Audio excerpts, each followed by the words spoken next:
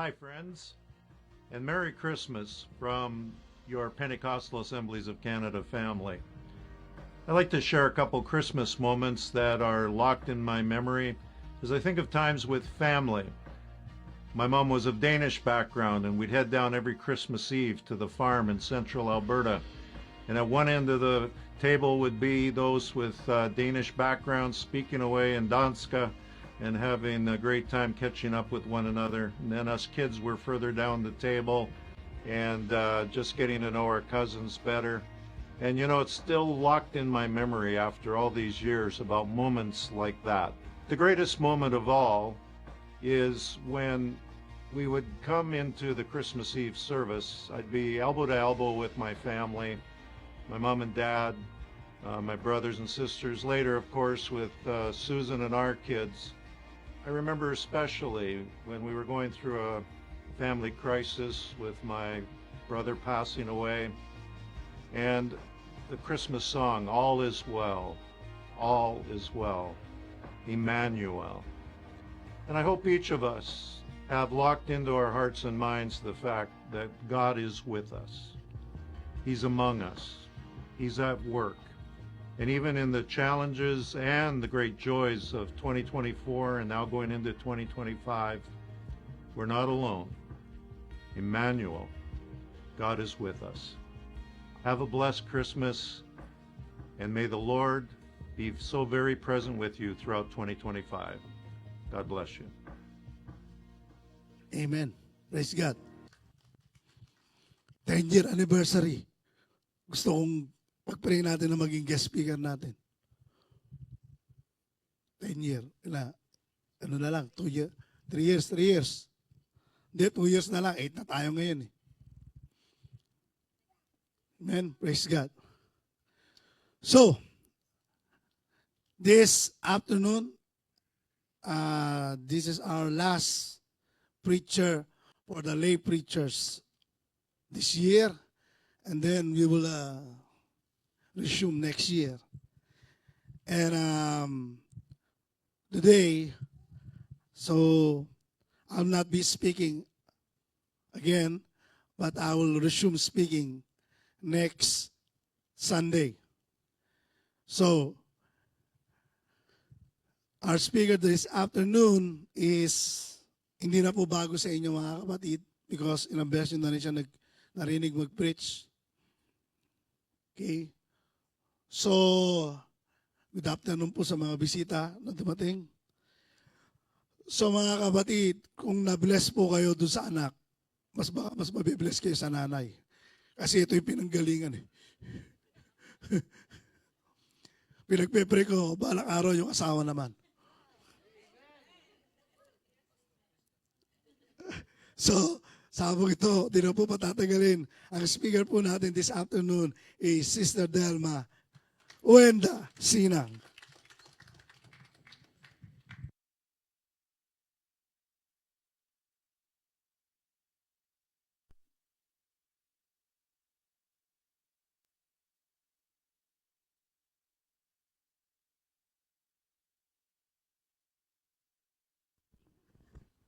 Good afternoon po mga kapatid. Merry Christmas! So, kumusta po yung paghahanda po natin? How many more days? As Sister Madel had said before sa welcome kanina, ilang araw na lang. Pasko na mga kapatid.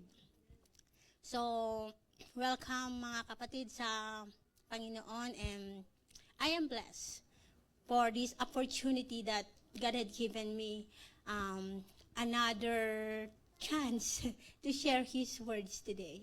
So, bago po tayo mag-umpisa to hear the message of God today, let us ask for His presence and to cover us as we listen to the message today.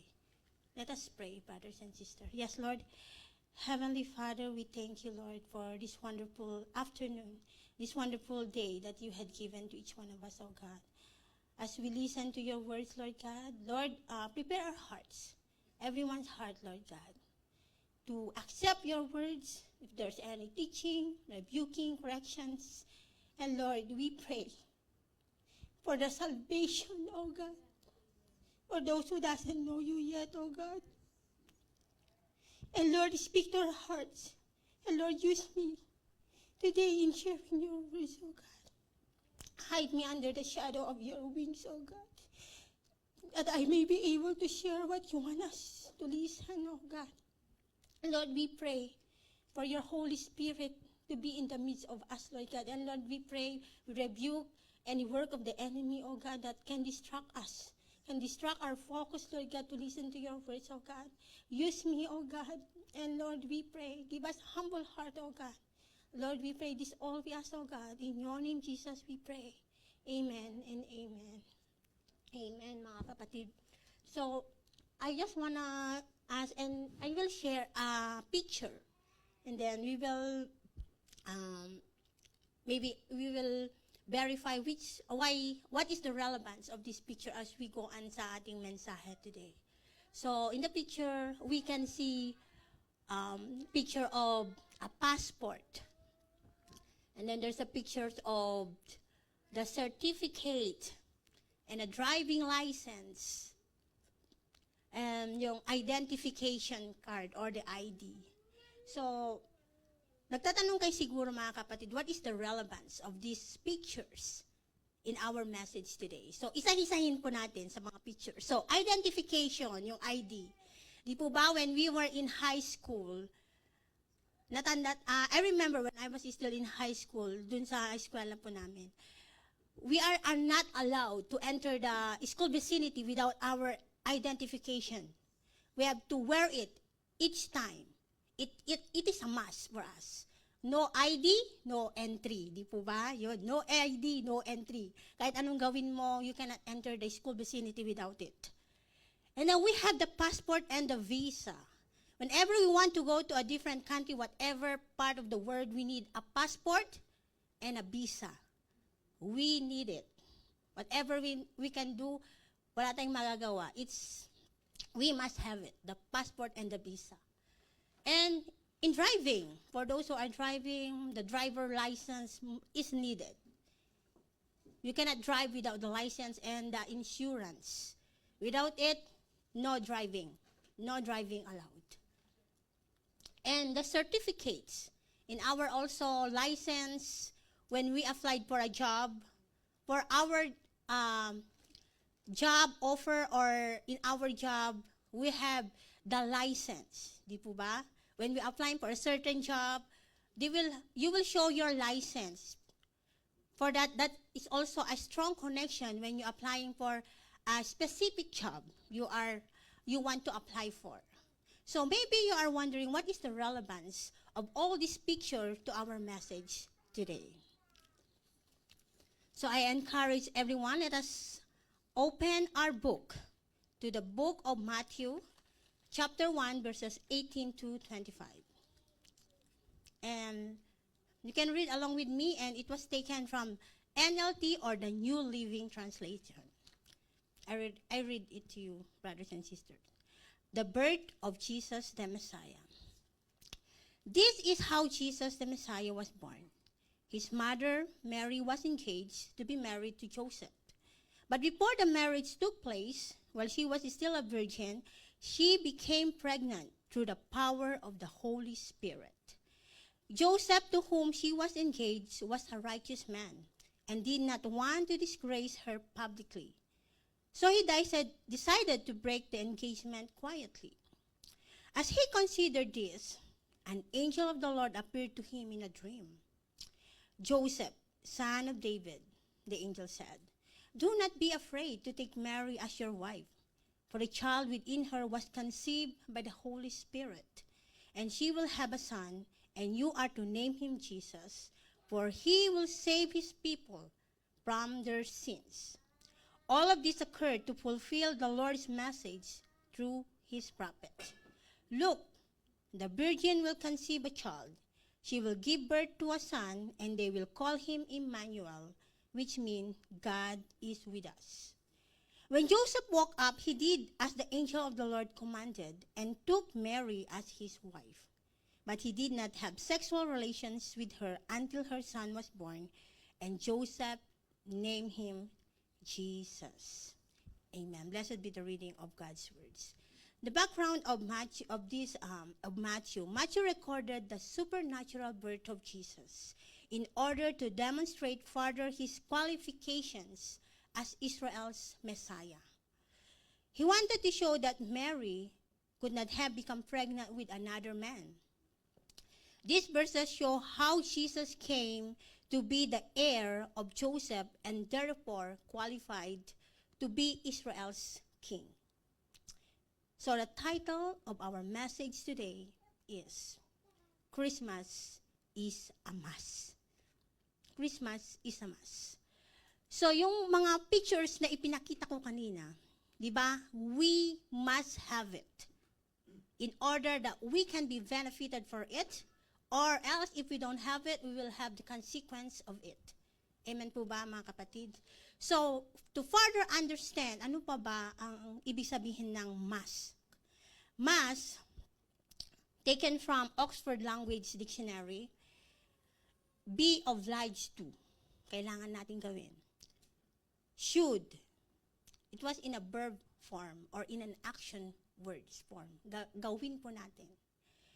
Another meaning is used to show that it is necessary or very important that something happens in the present or future.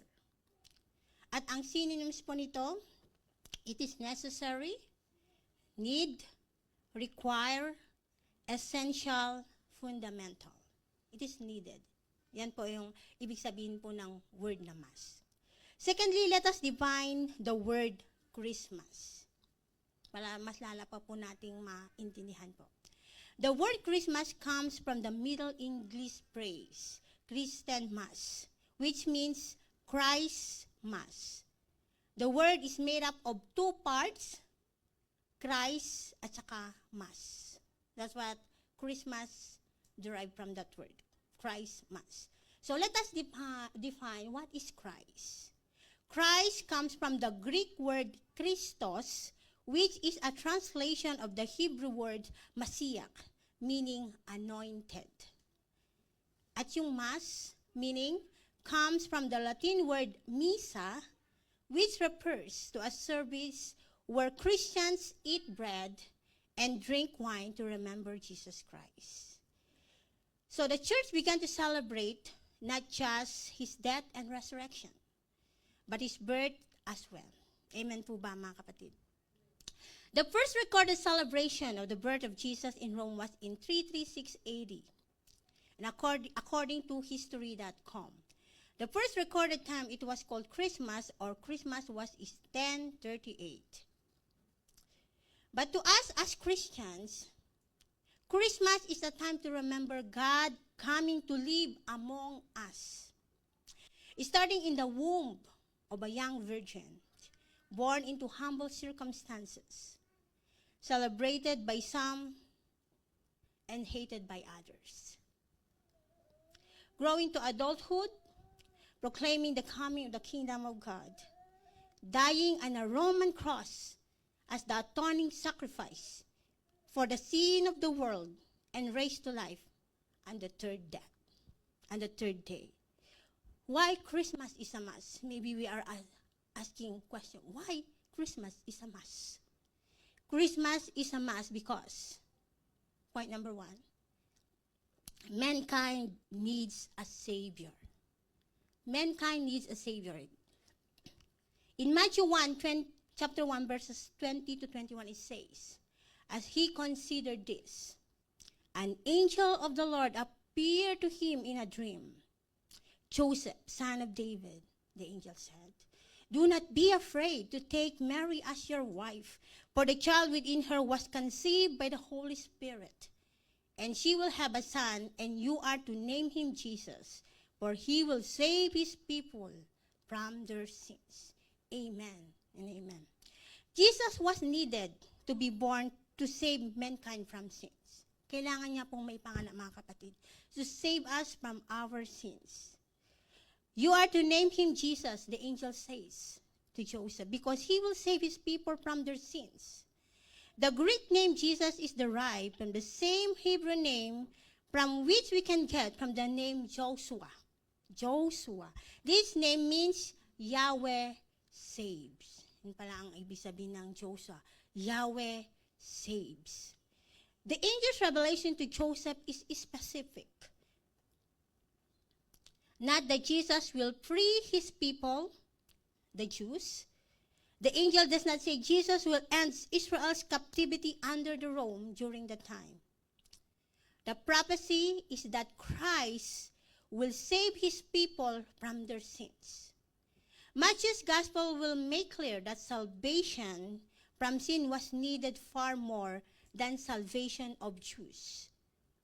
From Rome during that time, it is a salvation to all mankind. All mankind, mga kapatid. That's why Jesus is the Messiah, because his name derived from Yahweh saves. In English, the Lord is my salvation. The Lord is my salvation. Can we say that, church? The Lord is my salvation. Meaning, in verse 18, this is how Jesus the Messiah was born. His mother Mary was engaged to be married to Joseph, but before the marriage took place, while she was still a virgin, she became pregnant through the power of the Holy Spirit. So, let us define what is the Messiah. Jesus is the Messiah. So, Messiah. Messiah comes from the Hebrew word Masiach, and means anointed one or chosen one. So this is the Greek equivalent of Messiah is the word Christus, or in English is Christ. The name Jesus is the same as Jesus the Messiah. In biblical times, anointing someone with oil was a sign that God was consecrating or setting apart that person for a particular role. Therefore, an anointed one was someone with a special, God-ordained purpose, according to GodQuestions.org. So, sa nakita po natin, narinig po natin the meaning of Messiah, that only our Lord Jesus is the only God-ordained Savior for mankind. Siya lang, mga kapatid. No one is qualified to be a sacrifice for our sins. It was only Jesus. Bakit? For he is blameless, he is sinless, and he is the perfect sacrifice. That's why he was called the Anointed One or the Christ. In the Old Testament, to anoint someone for the forgiveness of their sin, they need a sin offering. Di po ba? Sa background in the Old Testament, they need to offer something for the forgiveness of their sins. And in order to do that, they need to select a best or perfect animal. No defects. Lahat dapat perfect. And possible, yung young sheep na tinatawag natin na lamb. As an offering for the atonement of their sin. At hindi pa pwede sila lang yung mag-offer na. They need the high priest. Because the high priest can only enter in the Holy of Holies for the offering. So, makikita po natin how the atonement of sin or the sin offering during the Old Testament during those times. So, makikita po natin during the time of Moses, that was the Day of Atonement, found in the book of Leviticus. So, in the law of Moses, blood was required. So, all sins were atoned with blood. And blood taken into the Holy of Holies. Yan po yung pictures. And then sprinkled on mercy seat. And it's also done one time each year. And it's done 7 months on the 10th day. Yan po yung paano po na ginagawa nila sa sin offering or the atonement of sin during the Old Testament time. So to further understand, let us define ano po ba yung atonement. So atonement means, the word translated atoned literally meant to cover. But in the Old Testament, it appears to have taken on the theological meaning of to take away. So even today, we can use the word cover to mean take away. If a person says, let me give you $20 to cover the bill, this does not mean that debt will be merely covered or hidden or swept under the rug, but that it will be paid and the obligation removed. Yan po yung, I researched that and got it from godquestions.org.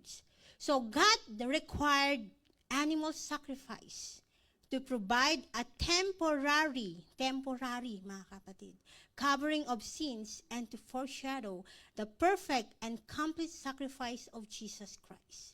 That can be found in the book of Leviticus chapter 4:35 and chapter 5 to 10.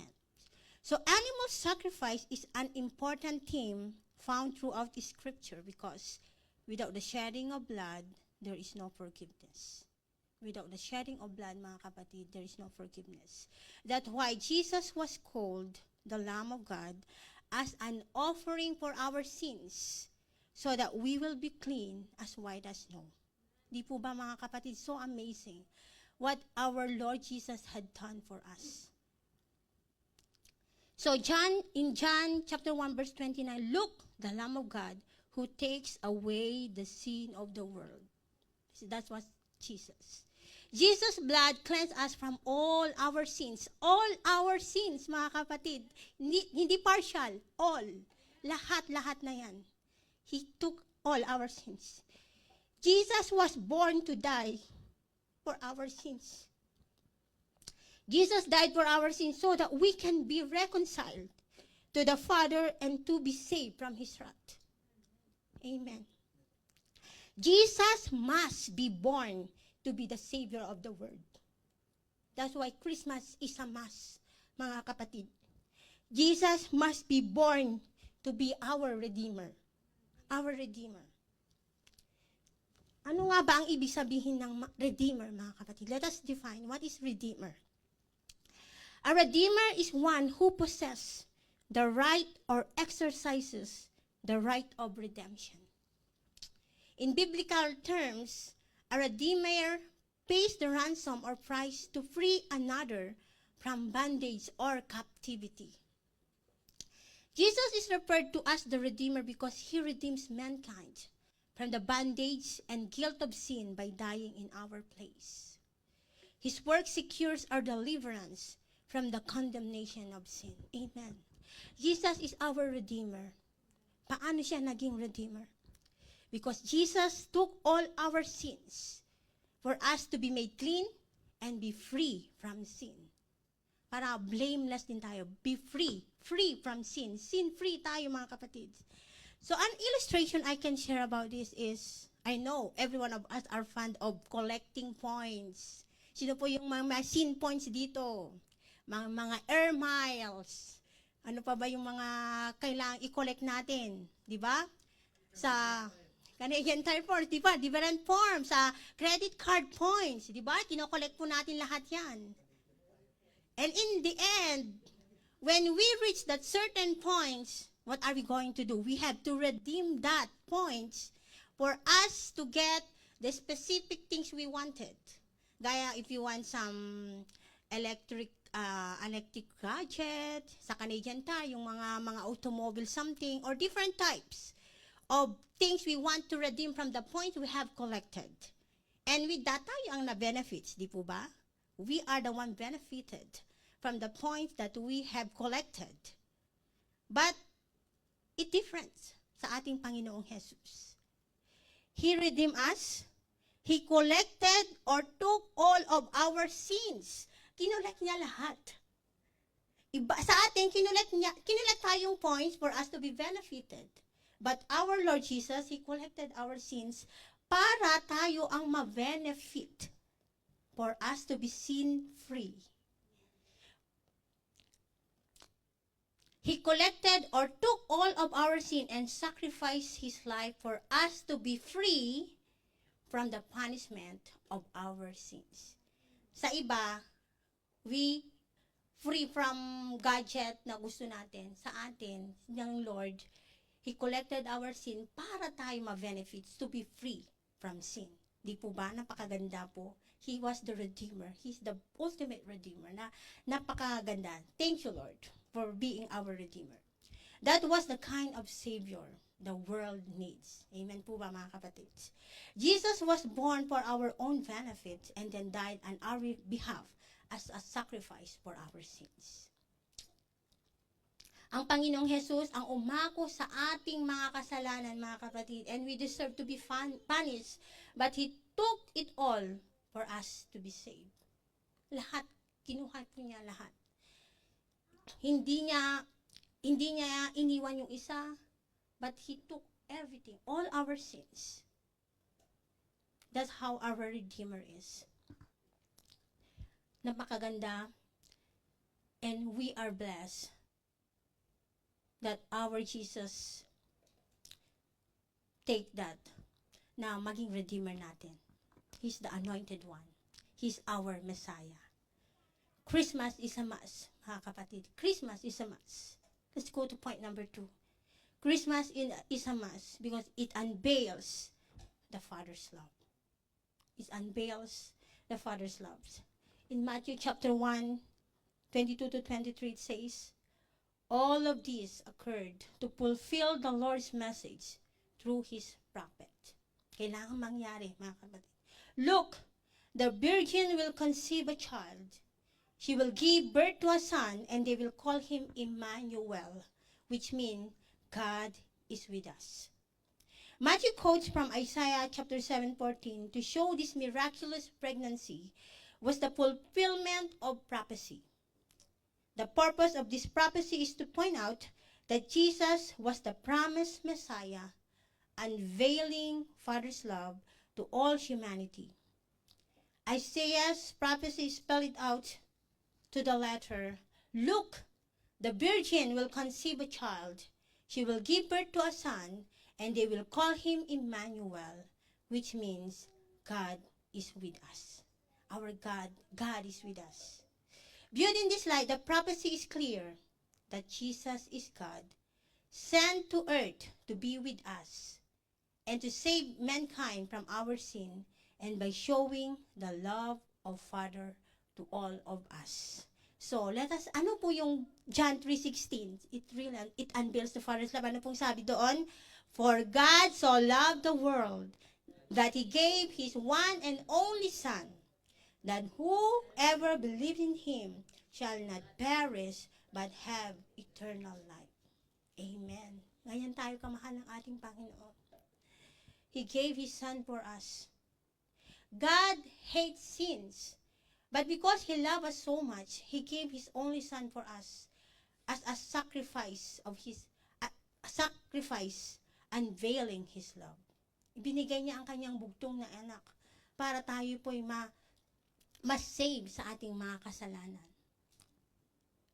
Napakabuti po ng ating Panginoon because God always makes a way for us to be connected and to be reconciled to Him.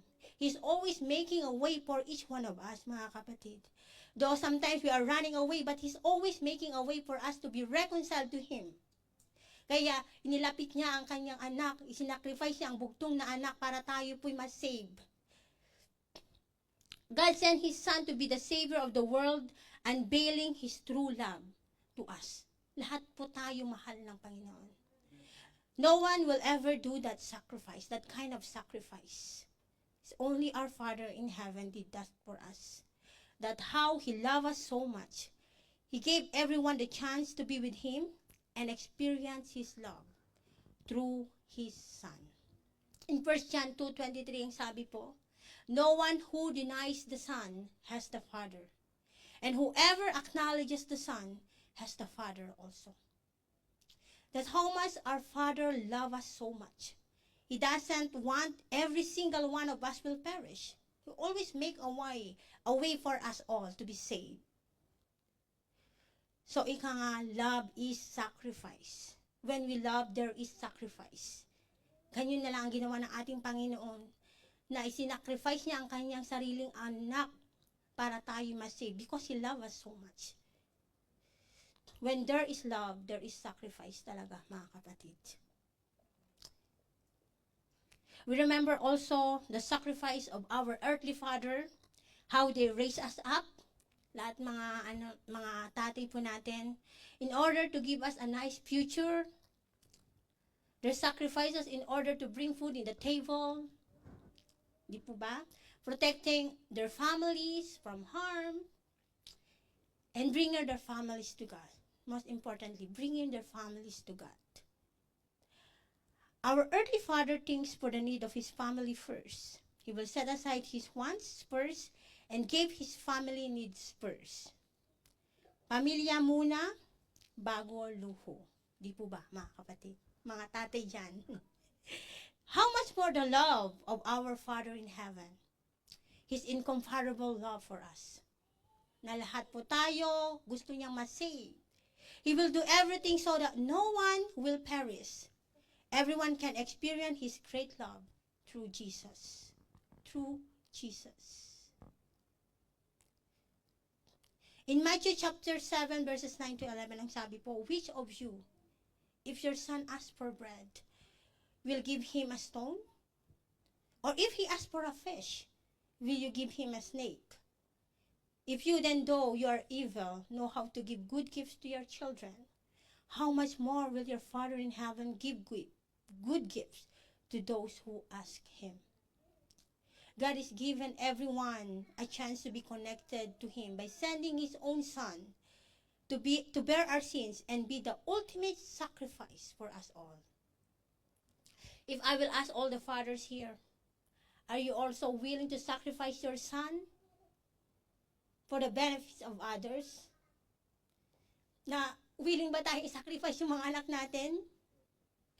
Na i-sacrifice hindi naman sa ating benefits, but for the others? Di po ba? Ang masakit as a parent, di po ba? But how much our Father love us so much? Na ang bugtong na anak niya, isinacrifice niya. Kasi mahal niya tayo, mahal niya ako. Mahal niya tayong lahat, mga kapatid. He doesn't want us, one of us will perish. Lahat tayo gusto niyang maligtas. At ibinigay niya ang kaisa-isa niyang anak. Dahil mahal na mahal niya tayo. He loved us so much, brothers and sisters.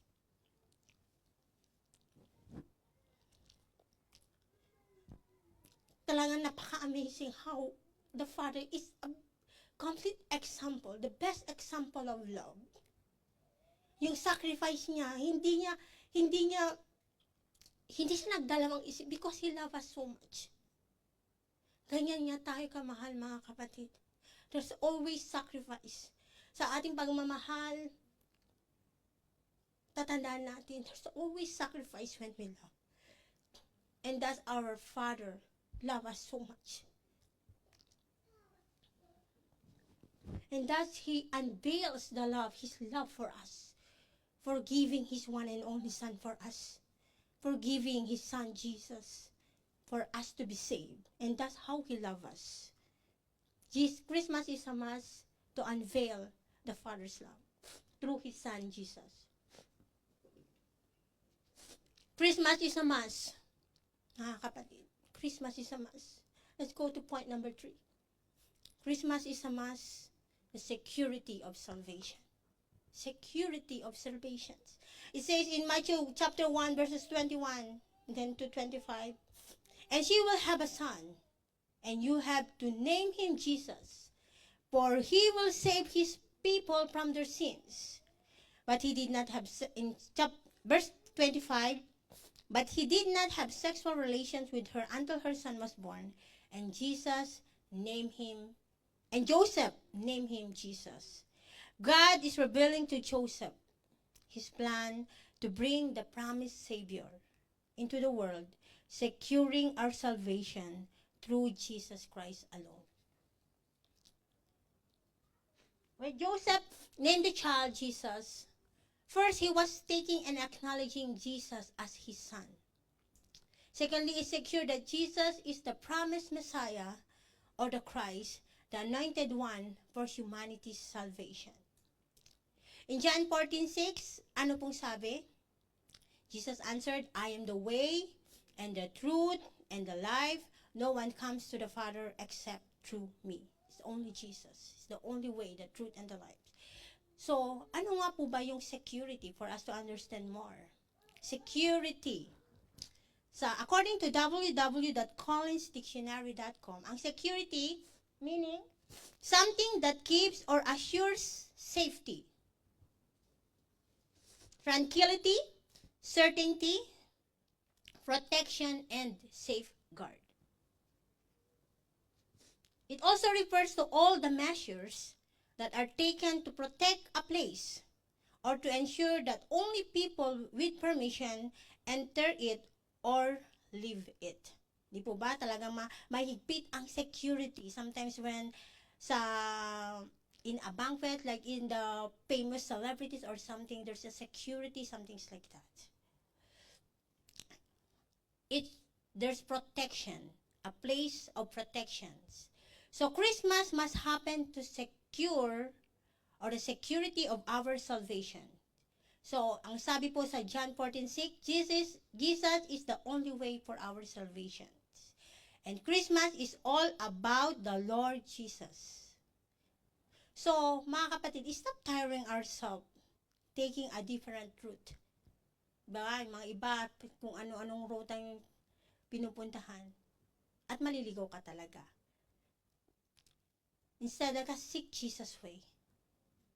Seek Jesus only. He's the only way to securing an everlasting life.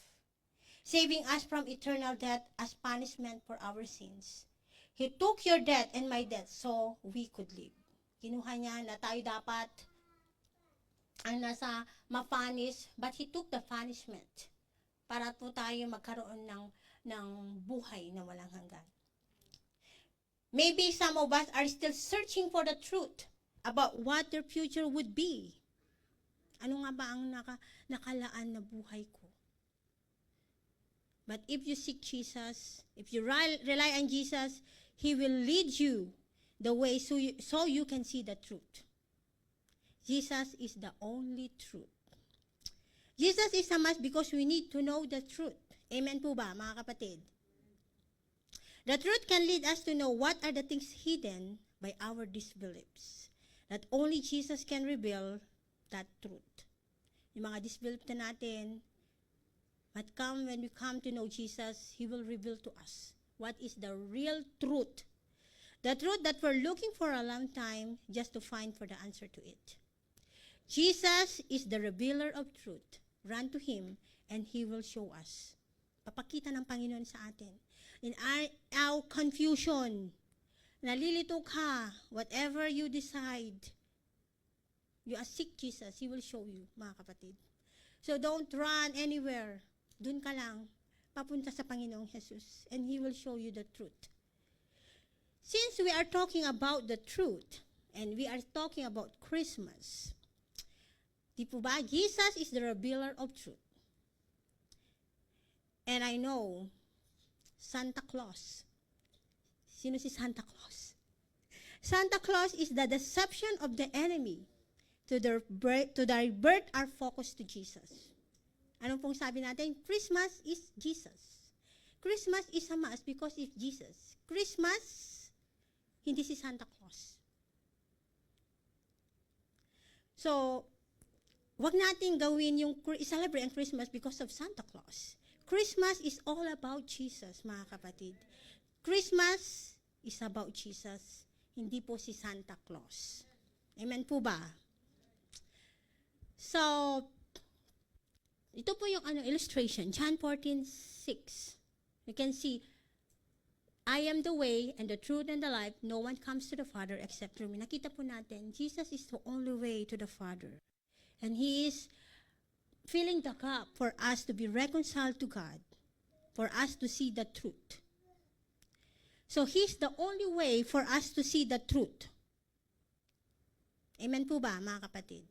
So for those who are driving, they use GPS. Di po ba, yung GPS? But there are sometimes instances, but GPS, hindi rin tayo pinupunta, inaano sa right direction. Sometimes it fails. Di po ba? Kumisan, iba pala yung na-type in mo. Baka misasaga, baka New York or sa US pala yung address na yun. But if you are not aware. If you are not aware, di po ba? There's confusion sometimes in the GPS. The GPS may take you still to different direction or location, meaning talaga, nagpipil talaga ang GPS. But not to the true way of salvation, and that is our Lord Jesus.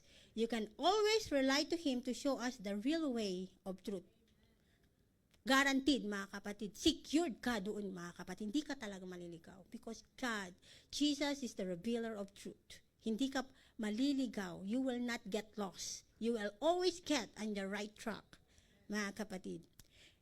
And being Jesus is our only truth, it means it will secure our salvation.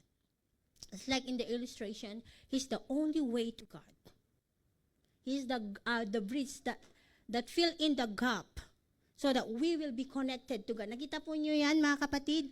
We are men. And that the cross for us to be reconciled to God again. Para yung wrath ng Panginoon, the wrath of God will be taken away. And God, and Jesus did that for us. Amen po ba, mga kapatid? And being Jesus our only truth, it means our salvation is secured. With Jesus, we are sure that there's no possibility that we will be lost. We can go to our right destination because we are assured. We are secured. Alam natin. Because we have Jesus with us. Alam po natin hindi tayo maliligaw.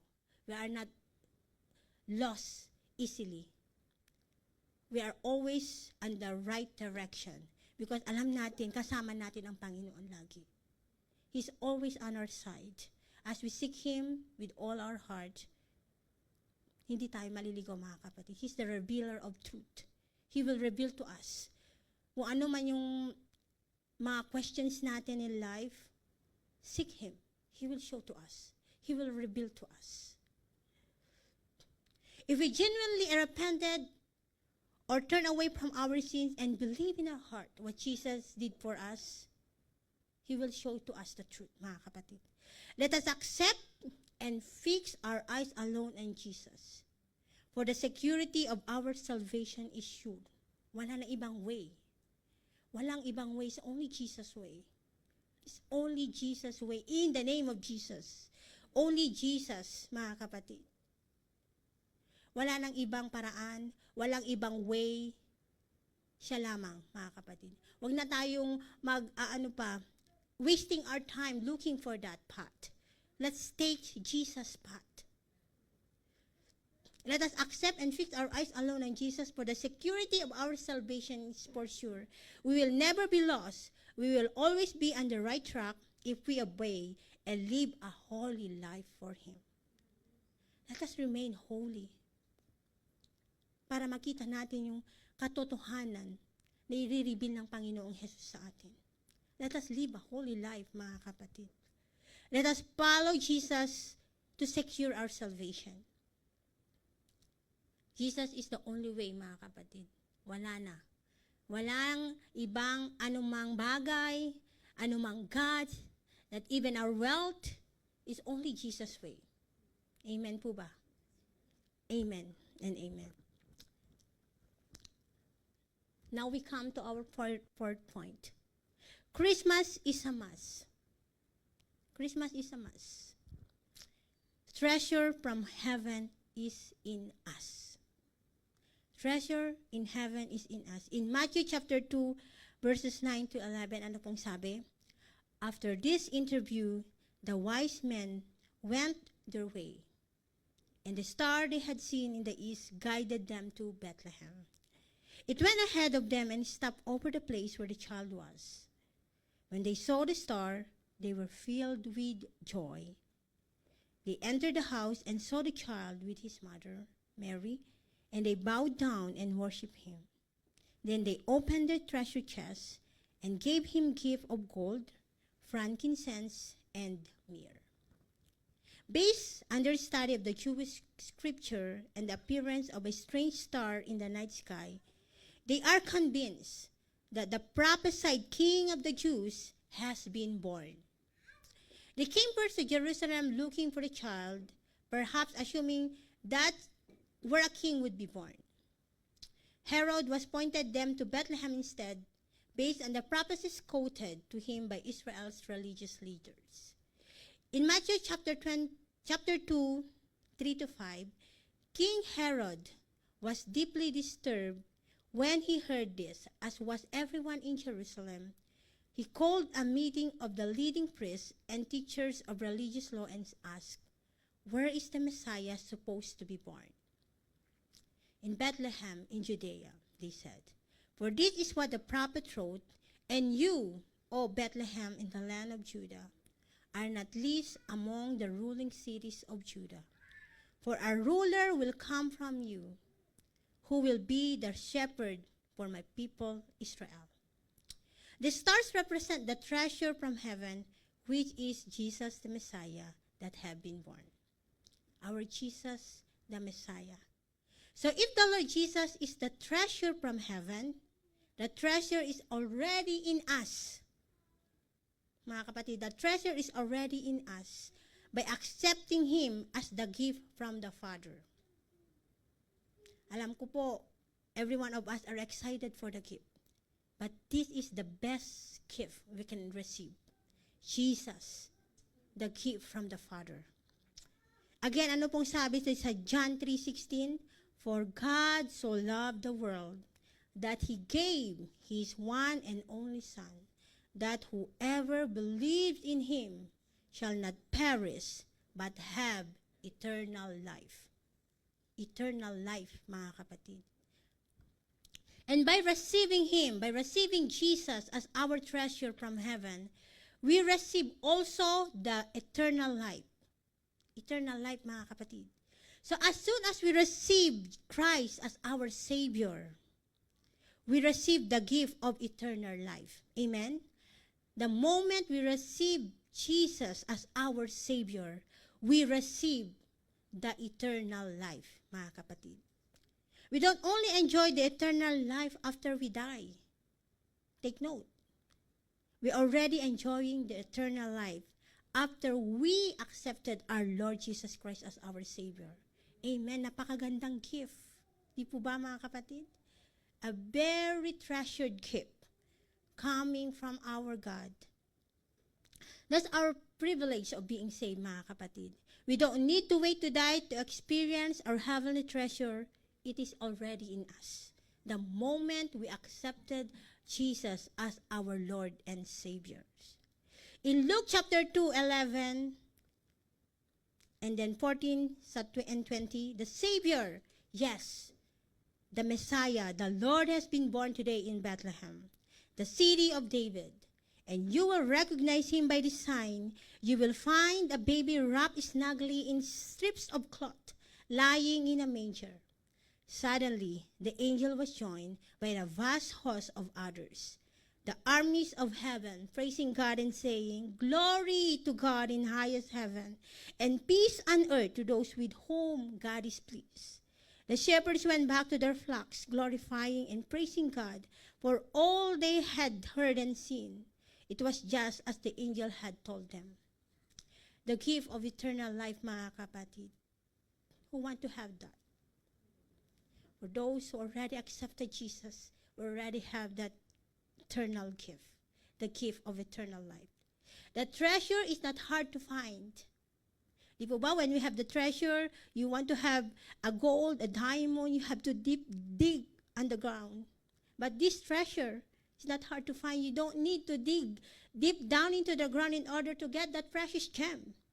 Di po ba, ang tawag doon, napakalalim, so deep before you can get the precious gem, the diamond. But knowing Jesus and accepting Him as our Savior and deciding to follow Him is worth it more than anything in this earth. And that's the treasure we have right now. More than pa sa diamond or gold. Our gift is the most gift ever we will be receiving is Jesus, coming from heaven by God our Father. Yung gift. Lahat po tayo want some gift, mga material gift. But ito kakaibang gift, mga material gift. Naalala ko pa, I remember when I was young, siguro kinder or something, elementary school, di po ba? Naalala ko yung mga kaedaran ko dyan. There's only lahat exchange gift. You already know, alam ko yan, a box of pretzel. Yung pretzel box, di po ba? And we are already happy with that gift, receiving that gift. Even small box of pretzel, chocolate pretzel. Napakasaya na natin. How much more? The eternal gift, the very precious gift that we can ever receive coming from the Father, the gift of eternal life through Jesus Christ alone. Hindi natin kakuha ni naman, but only from Jesus. Amen po ba mga kapatid? Every one of us has this material gift, but this only temporary. Di po ba? Mamawala yun. But for those, the gift that from Jesus is eternal gift. Eternal, mga kapatid. The gift of God is eternal life through Christ Jesus our Lord. Every individual who put their trust in Jesus Christ are experiencing the wonderful love of our God. This is wonderful treasure that our Heavenly Father gave us all, the Lord Jesus Christ, and through Him we have the eternal life. Ano po mga kapatid?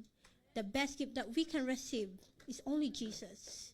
More than anything in this world, more than anything in this earth. Jesus, the best gift of all. Alam ko po, makaka-relate po tayo in my conclusion. Mostly every one of us came here to Canada as an immigrant. Tama po ba? Lahat po tayo, mostly immigrant. So, either worker, student, nag-apply man tayo, being permanent residents dito sa Canada. We must follow and abide the Canadian government set of rules for us to be granted with visa. Di po ba? Kailangan po natin gawin yon. Kahit pa Canadian citizen pa yung asawa po natin na i-sponsorin tayo, we still must do mga set of rules nila. Bago tayo, we will be granted with a visa. For me, I came here as a worker under the live-in caregiver program back then, 2009. And there's a different mga requirements compare na siguro ngayon. So during those time, yung mga must na require na I need to require na kailangan gawin for us to be granted a visa, I have to find an employer who will be willing to sponsor me as the employer here to Canada. Kailangan din I have the caregiver background back then. Kung wala kang caregiver background or experience, kailangan mo mag-aral ng caregiver course para you will be qualified under the live-in caregiver to be qualified and you will be granted visa. So, a lot of set of rules that we have to undergo must na kailangan po natin gawin. And if we don't do it, yung must, we will have the blessing or we will have the consequences of it if we don't do it. Di po ba? We must. Kaya ang Christmas is a must. Kaya nga, after we accomplish, di po ba, kahit nga mayroon ka ng employer or something like that, mayroon pang mga set of rules you have to follow. Gaya noon, we have to have may speak test ulit. After that, meron ka ng you have to undergo again yung medical. Kailangan maganda yung medical mo bago ka nila i-grant ng visa dito, makapunta dito sa Canada. And one thing is that we have to do that, right, di ba? We must do it because we want to come here to Canada, right?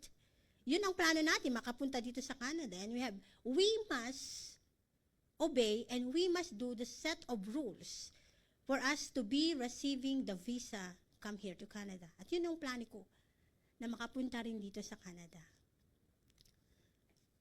And I have to accomplish all of these things to be granted a Canadian visa and enjoy the privilege of this wonderful country had to offer. And with that, I did the mass requirements, and I was standing here with you guys through the blessing of the Lord because I do all the requirement. I must do it para mag-grant ako ng visa. So with Christmas, it's a must. Kailangan mangyari and Christmas must happen because it was part of God's plan of salvation. God's plan of salvation to us all that a Messiah must be born to be a Savior, and it was the fulfillment of the prophecy of the Lord's message, as it says. Ano pong sabi sa Matthew chapter 1, 22 to 23? Christmas is a must. All of these occurred to fulfill the Lord's message through his prophet. Look, the virgin will conceive a child. She will give birth to a son, and they will all call him Emmanuel, which means God is with us. God is with us, mga kapatid. Christmas is a must. Brothers and sisters, let us enjoy this wonderful gift from God that we must work out for our salvation. In Philippians chapter 2:12 it says, "Therefore, my dear friends, as you have always obeyed, not only in my presence, but now much more in my absence, continue to work out your salvation with fear and trembling." Let us continue to remain holy before the Lord Jesus Christ. Christmas is a must, mga kapatid. Kailangan ng Christmas. It must happen. Christmas must happen. Christmas is a must because through Jesus, we have known the truth that mankind needs a Savior. Hindi ko yan natin i-save yung sarili natin. We need a Savior to save us. And that is only Jesus who can save us.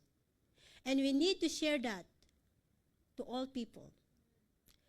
We need to share that. We want that also, mga kapatid po natin, mga kaibigan po natin, mga katrabaho natin who doesn't know Jesus, we want them also to experience yung salvation. And let us share that to them, that mankind needs a Savior. That is Jesus. Christmas is a must because Jesus, through Jesus, it unveils the Father's love. Nakita natin how our Father loved us so much by sacrificing His Son to us. And through Jesus, it unveils, He shows to us how our Father loves us. It unveils the Father's love. And Christmas is a must because through Jesus, there is security of salvation. Our salvation is secured, mga kapatid, through our Lord Jesus. And Christmas is a must because through Jesus Christ, the treasure from heaven is in us. It's only Jesus. No other, mga kapatid. It's only Jesus. Unstoppable Christmas is putting Jesus Christ at the center of everything. In everything that we do. Jesus Christ must be the reason of our celebration. Our time, our effort, our money are never a waste because we use them for the honor and glory of our Savior Jesus Christ. Lahat yun mawawala. But with Jesus, we have the glory, the gift of eternal life. Siya lamang, mga kapatid, wala nang iba. Wala tayong tatakbuhan, it's only Jesus. And let us adore Him today and forevermore. Siya lamang ang makakasave sa atin. At siya yung the best gift that we can receive. No other else. The best treasured gift that the mankind that comes from the Father is only Jesus. Amen and amen.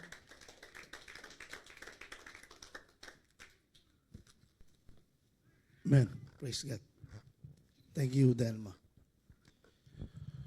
So, naniniwala po mga kapatid na lahat na nandito ay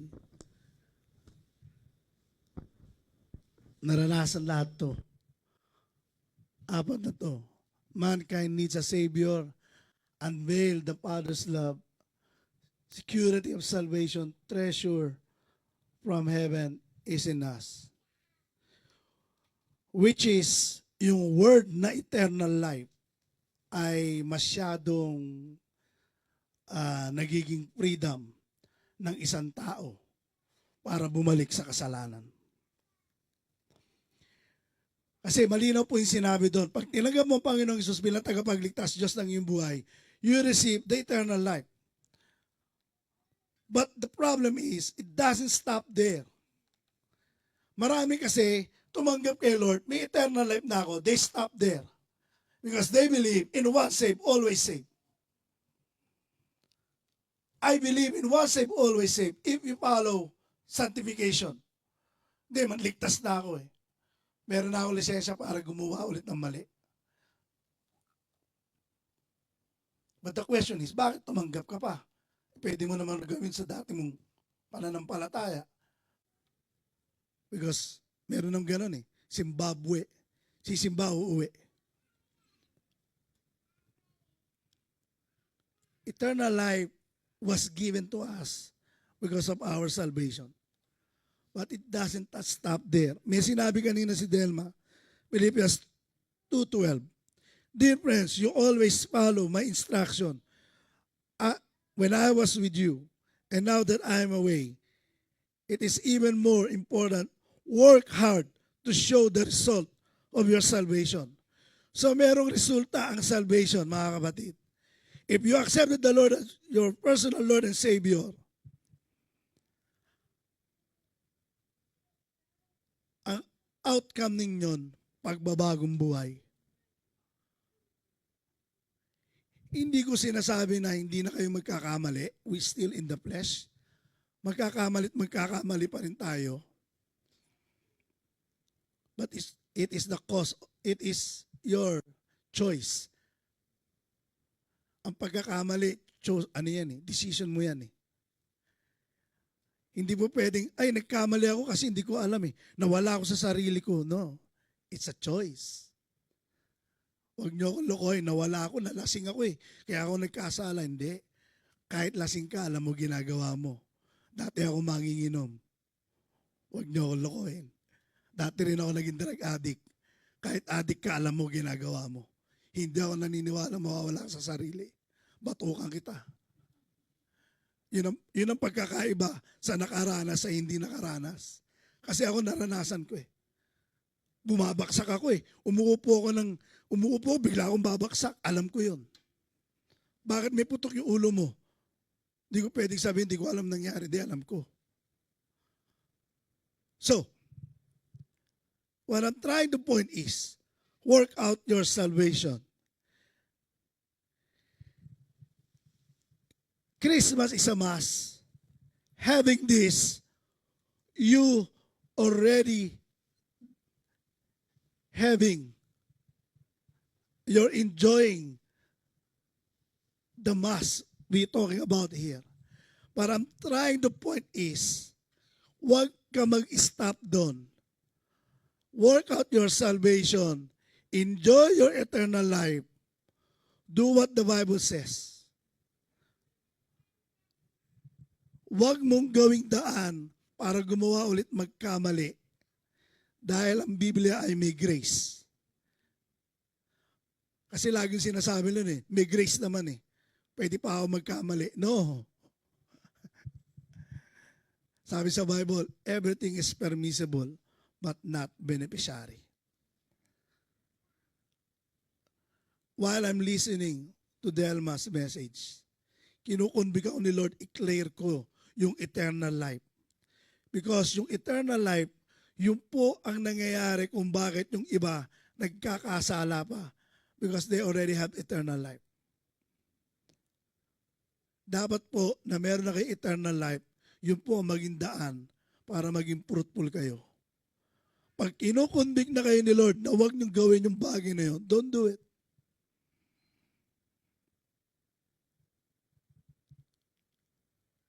At kung yun po ay gagawin nyo, susi para magkamali, isa lang sasabihin ko po sa inyo, hindi pa po kayo pinaghaharian ng Diyos.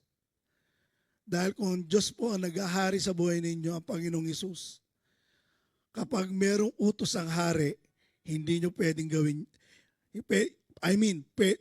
hindi po pwedeng hindi nyo gawin yon. Dahil pag hindi nyo ginawa ang utos ng hari, papatayin kayo. Alam nyo po yan. Ang problema, marami sa atin, hindi pa po pinaghiharian ni Lord. Kaya okay lang sa kanila ang gumawa ng mali. Okay lang sila mawala sa Sunday. Okay lang sa kanila ang hindi manalangin. Okay lang sa kanila hindi magbasa ng Biblia. Okay lang sa kanila na hindi dumaan dito kasi hindi pa naghahari si Lord sa kanila.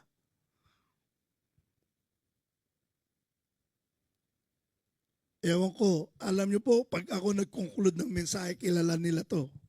Tapos agad. Pero I was convicted by the Holy Spirit na linawin yung eternal life. Kasi nilalaro po natin yung eternal life. Kapag meron ka ng eternal life, you enjoy it. It is your privilege. That is your freedom. At kung hindi ka pa pinaghaharian ni Lord, nagkamali ka ng pinuntahan ngayong linggo. Dahil ngayong linggong ito, itutuwid ka ni Lord. At kung nakukunbik ka sa sinasabi ko, baka ikaw ang kinakausap ko na kailangan mo na magbago.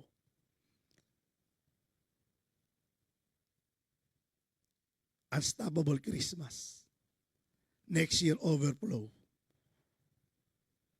Paano mag-overflow si Lord sa iyo kung ngayon pa lang hindi mo pinapakinggan si Lord? Tinitigil mo, Lord, you stop here. Hanggang dito ka lang.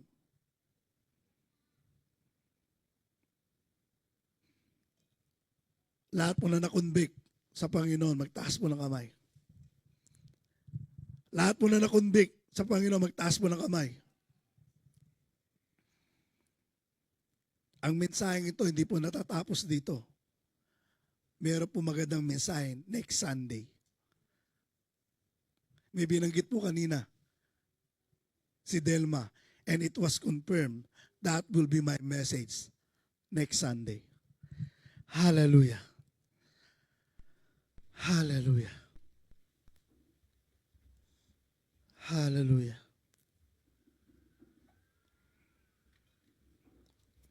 Lord, thank you so much for using Delma this afternoon. While listening to her, Lord, it convicts me na dapat pahalagaan namin yung eternal life. Because that eternal life came from you, Lord Jesus Christ. Malinaw sinabi ng Bible, Lord. Sinabi mo, for God so loved the world that He gave His only begotten Son. And whoever believes in Him will not perish, but will have eternal life. Believing in you, accepting you as our Lord and Savior.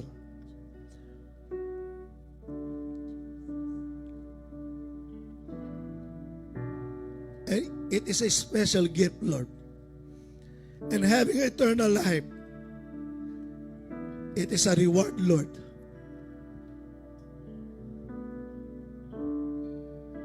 Ikaw muna. Hallelujah, Lord. Hallelujah.